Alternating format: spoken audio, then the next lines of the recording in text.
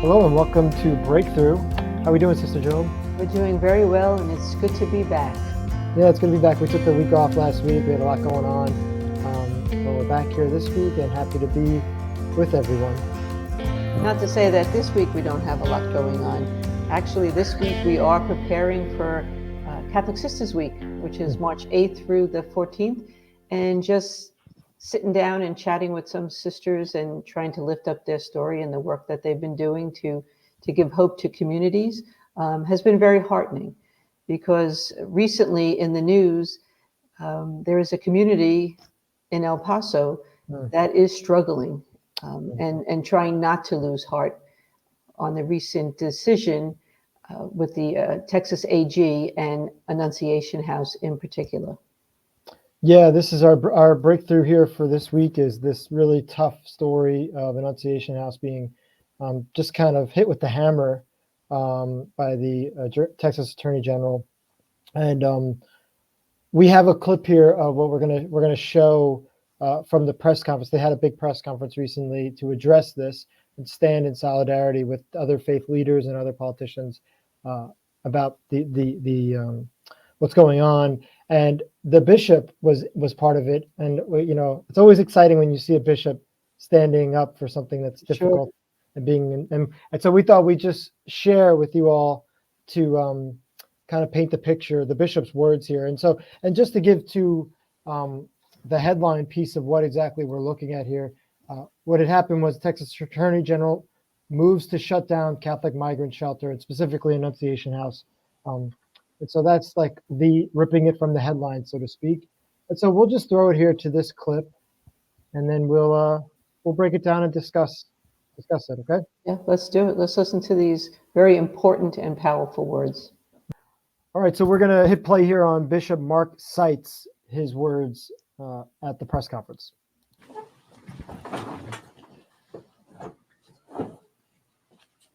Good morning, everyone. It's good to be here with all of the people at the table and here in the room. For generations, El Paso has worked hard to build a resilient, welcoming borderland community, a place of welcome and dignity. Today, however, we find ourselves in an impossible position, hemmed in on all sides. On the one hand, we are challenged by serious federal neglect to provide a safe, orderly, and humane response to migration at our southern border. On the other hand, we are now witnessing an escalating campaign of intimidation, fear, and dehumanization in the state of Texas, one characterized by barbed wire, harsh new laws penalizing the act of seeking safety at our border, and the targeting of those who would offer aid as a response of faith. For more than 45 years, Annunciation House has been an effective, compassionate, local response to a complex and broken immigration system. Rooted in the gospel and born of an encounter between Ruben Garcia and Mother Teresa of Calcutta, it has led our community effort to meet the challenge of migration in recent years. Its work is nourished by long-standing partnerships with the Catholic Church in El Paso, our local government, and our federal enforcement partners, including the U.S. Border Patrol. Its work is an example of our Catholic commitment to the poor, the Christian call to love one's neighbor, and stepping into the breach to take action where many will not. Our church, our city, and our county owe Annunciation House a deep debt of gratitude.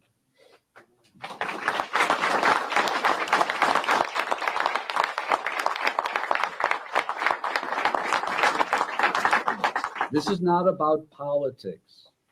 It's about the gospel. I know the guests at Annunciation House, those trapped on the other side of the border, and those who have died trying to cross it. I've encountered them and have experienced their pain, suffering, and hope. This is about their lives and our shared human dignity, our community's action in this moment, the decisions that we make and the response that we offer today will be judged by whether or not we rise to that standard. Let me be clear. For the church's part, we will endeavor to work with all in pursuit of the common good of our city and nation. We will vigorously defend the freedom of people of faith and goodwill to put deeply held religious convictions into practice. We will not be intimidated in our work to serve Jesus Christ, in our sisters and brothers fleeing danger and seeking to keep their families together. We will stand in solidarity with our community's aid workers and volunteers, with our community nonprofits assisting migrants, as well as with those in the borderlands and throughout our state living under the weight of inhumane immigration policies. As one El Paso community, this is our promise today. We will not surrender the identity of our borderlands, a place which chooses compassion over indifference, human fraternity over division, and radical hope and evangelical love over hatred and exclusion. Thank you.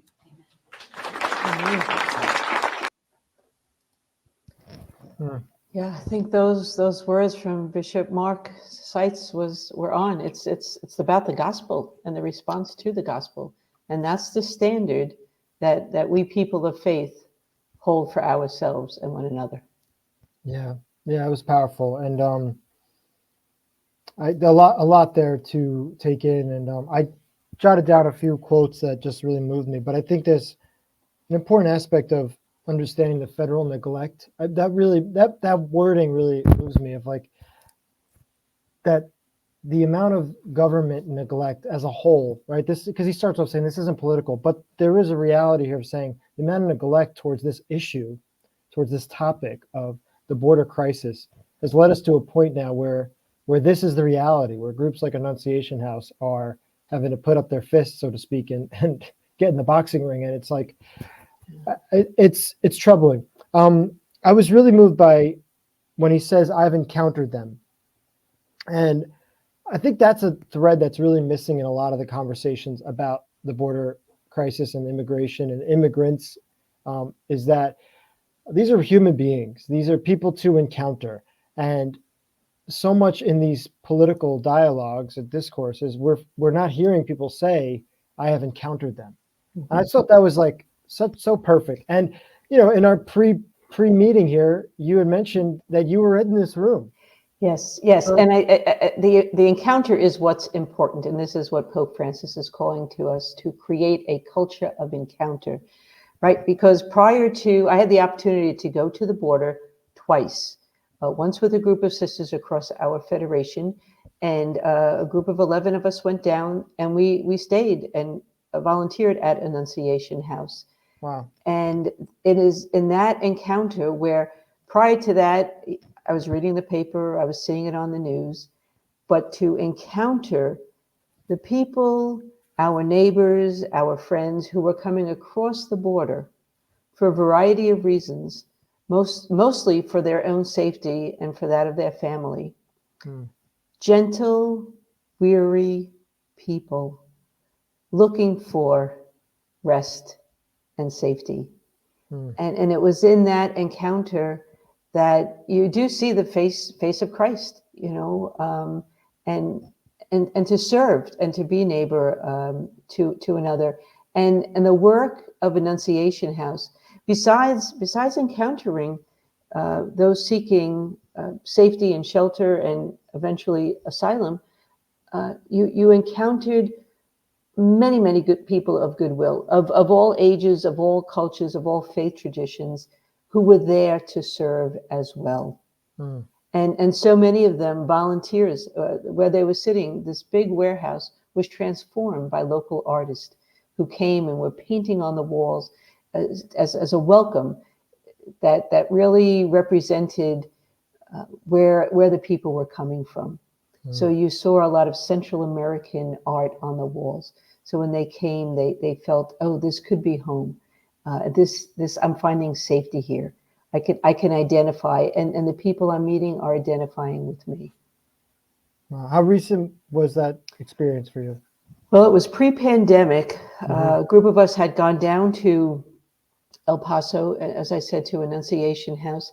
And then about a year and a half later, we took the groups of the St. Joseph Workers, the volunteer program that was in 4 locations at the time in the United States. We took the Joseph Workers down, but we went to McAllen and the Catholic Charities Center in the Rio Grande Valley with Sister Norma Pimentel. And I always thought, encountering the work that both groups were doing, and there are many more along the border for sure doing this work,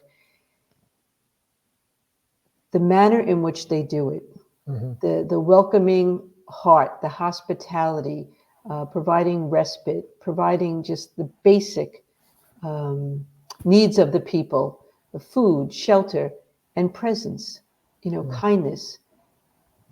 And if the government could take some lessons from groups like this, Yeah.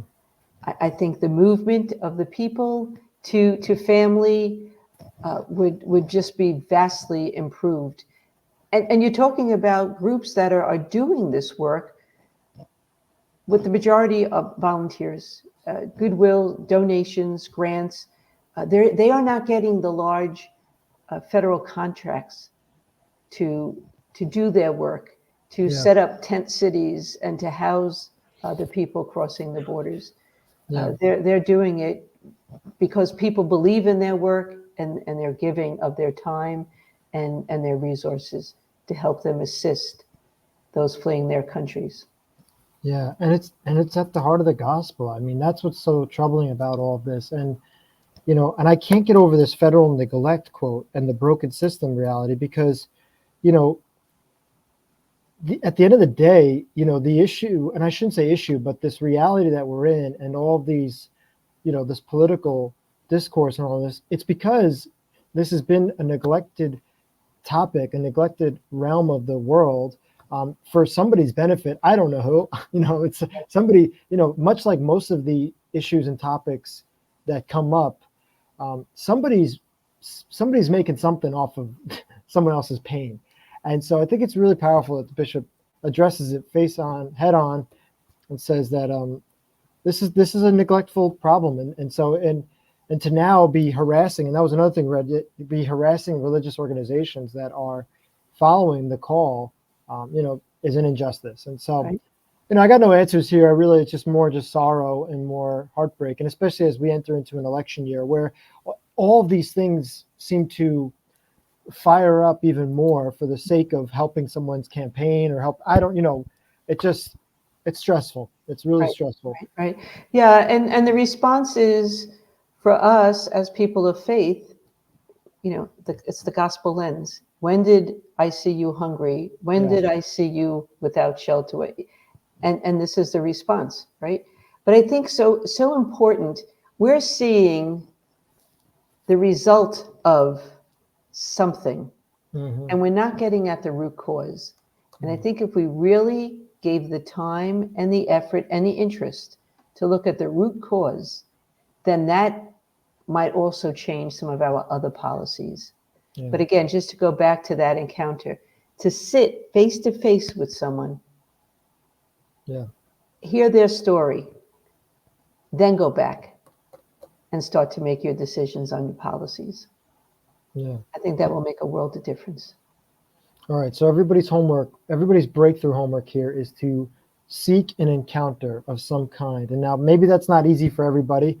I say this to my students. I'm not telling you to go out to the bus station and just, throw yourself into scenarios that you don't belong in, but maybe take that time to go read an opinion that you don't normally read.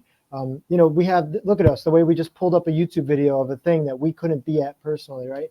And notice too, this is another thing, little tidbit, but we went and found the full. This is an hour-long conference thing here, but there's plenty of news clippings that don't show the full picture. But go and seek out the full experience of whatever it is that people are sharing, and go listen to other voices. And so seek out that encounter is what I think is the breakthrough that you can have this week in a small scale.